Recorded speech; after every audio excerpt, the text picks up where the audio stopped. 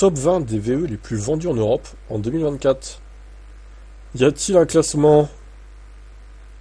Oui, il y a un classement. Alors, la colonne de gauche, c'est les PHEV, donc les hybrides rechargeables. Volvo XC60 domine. Mais bon, ça nous intéresse pas trop, ça, pour être honnête. Donc, la Model Y s'est vendue à 209 000 exemplaires dans toute l'année 2024 en Europe. Et c'est quasiment 2 fois plus que la Model 3, quand même, hein, qui est deuxième. Volvo X30 est troisième, qui est un nouveau modèle en plus. Skoda Enyaq 4ème. ID4 et 3 suivent à la 5 et 6ème place. Donc, le groupe Volkswagen 4, 5, 6, c'est pas mal en vrai. BMW X1 7ème, la MG4 est 8ème, mine de rien, elle marche pas trop en France, mais dans les autres pays c'est pas trop mal, hein. Même si elle est en baisse aussi, mais ça va. 8ème c'est pas trop mal. Surtout que c'est pas très loin de la ID3 au final. Audi Q4, BMW i4, Mercedes EQA qui marche pas si mal aussi en Europe. En France j'ai pas l'impression que ce soit trop le cas, mais Cupra Born EX40, Hyundai Kona 14ème, 208 15ème, Renault Mégane est 18ème, juste derrière la ID7. Et le QB est quand même 16ème, devant l'ID7 et la Mégane. La Fiat 500 est 19ème. Et le Niro, qui est là, mine de rien, 20ème le Niro. C'est d'ailleurs la seule Kia du classement. Et la seule Hyundai est un peu plus haut, 14. Donc le Kona, c'est un peu plus vendu que le Niro. Bon, j'espère pour eux qu'il y aura d'autres modèles dans le top 20 quand même, parce que c'est pas folichon le Hyundai Kia, hein. Donc au final, ça fait près de 2 millions de ventes de VE. Donc, d'ailleurs, on était en baisse de 1%. On devait être à peu plus de 2 millions, je pense, en 2023, si je ne m'abuse. Ou très proche, en tout cas. Il est étonnant de ne pas voir la Ioniq 5. Ouais, les Ioniq 5, Ioniq 6, ça fonctionne pas, hein, chez Hyundai, visiblement. Même la Kia EV6. Moi, j'aurais pensé que la Kia EV6 serait, par exemple, devant le Niro, en fait. Mais même pas. Elle est un peu plus chère que le Niro, mais pas beaucoup plus, quand tu regardes. Surtout qu'il y a des versions d'accès, quoi.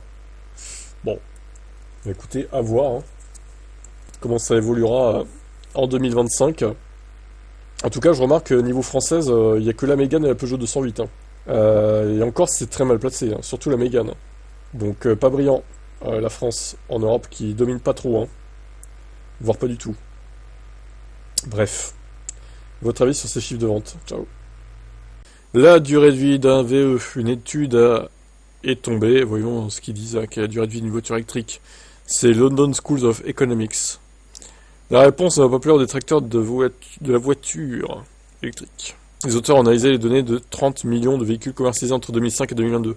Avant d'arriver à une conclusion intéressante, selon eux, les VE ont désormais une durée de vie équivalente thermique. Alors ils disent 18 ans et demi. Ces dossiers sont suffisamment détaillés pour permettre de déterminer la date de fin de vie d'une voiture et le type de groupe moteur-propulseur utilisé par chacune d'entre elles. Les résultats montrent qu'une voiture électrique moderne a une durée de vie moyenne de 18 ans et demi et peut parcourir en moyenne 200 000 km avant de s'arrêter. À titre de comparaison, les voitures essence ont une durée de vie légèrement plus longue avec 18,7 ans en moyenne, mais elles parcourent moins de kilomètres, 187 000.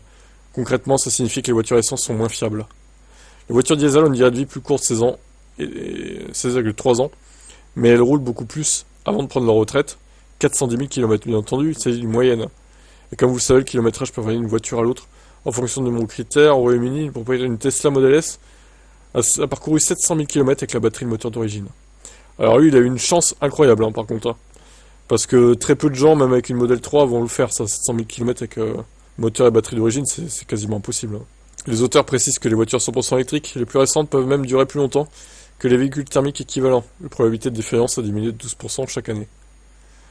Le docteur Viet Nguyen Thien déclare que nos résultats fournissent des informations essentielles sur la durée de vie et l'impact environnemental des VE. Ils ne sont plus seulement une option de niche, mais une option alternative et viable et durable aux véhicules traditionnels.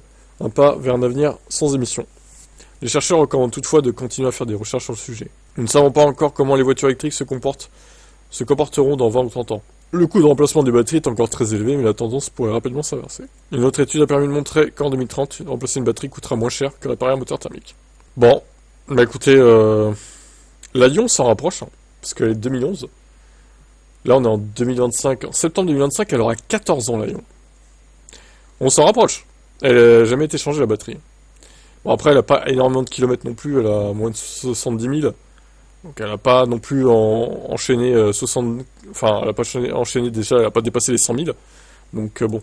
Après, on sait qu'avec le temps qui s'use, hein, les batteries aussi... Enfin, avec le temps qui passe, plutôt, les batteries s'usent. Donc, ouais, ça joue aussi. Ça joue aussi, au final. Donc voilà, bah écoutez, à voir. 18 ans et demi, oh, ça me paraît un chiffre réaliste, on va dire. Après, bon, il faudra peut-être pas non plus considérer que toutes les VE vont durer avec leur seule et unique batterie 18 ans et demi, quoi.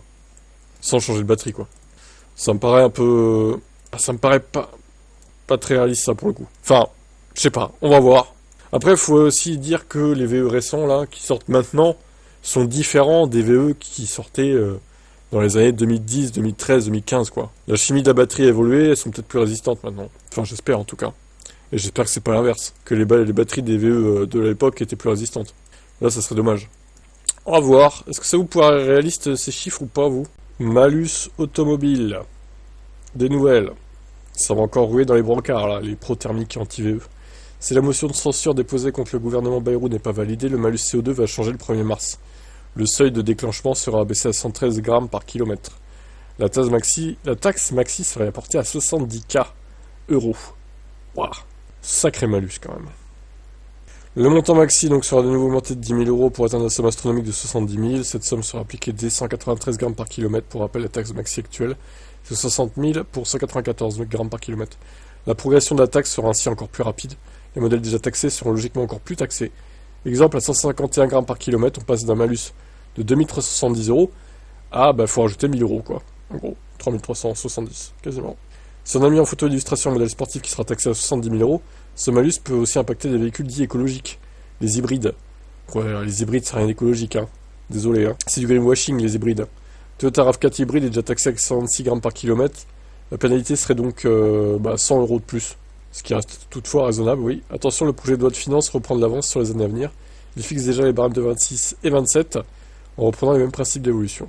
Des seuils abaissés de 5 grammes par kilomètre et 10 000 € de plus à chaque fois, ce qui donnerait un malus dès 108 grammes par kilomètre en 2026 avec un maxi de 80 000 € et 103 grammes par kilomètre en 2027 avec un maxi donc malus de 90 000. Et en 2028, normalement, 100 000 € de malus. Waouh! À 98 grammes, ça commencera, quoi. Si on continue comme ça, évidemment. Oh la vache. Bon, en vrai, on va dire que jusqu'à 136 grammes, ça va. 1000 € de malus. Bon, après, ça augmente de façon assez forte. Et là, ça, ouais, de façon exponentielle, je dirais même. Là, ça commence à piquer, là, sévèrement, là. Oi, oi, oi. Bon, voilà, les nouvelles concernant les thermiques qui vont se faire taxer un peu plus. Normal, hein, il faut contrebalancer l'arrivée des électriques, donc il faut taxer un peu plus les thermiques. Ça me choque pas, honnêtement, sachant que bon, les premiers grammes sont pas trop taxés quand même. C'est quelques centaines d'euros, ça va quoi. Les concessions peuvent faire une remise pour compenser, je pense. Allez, ciao.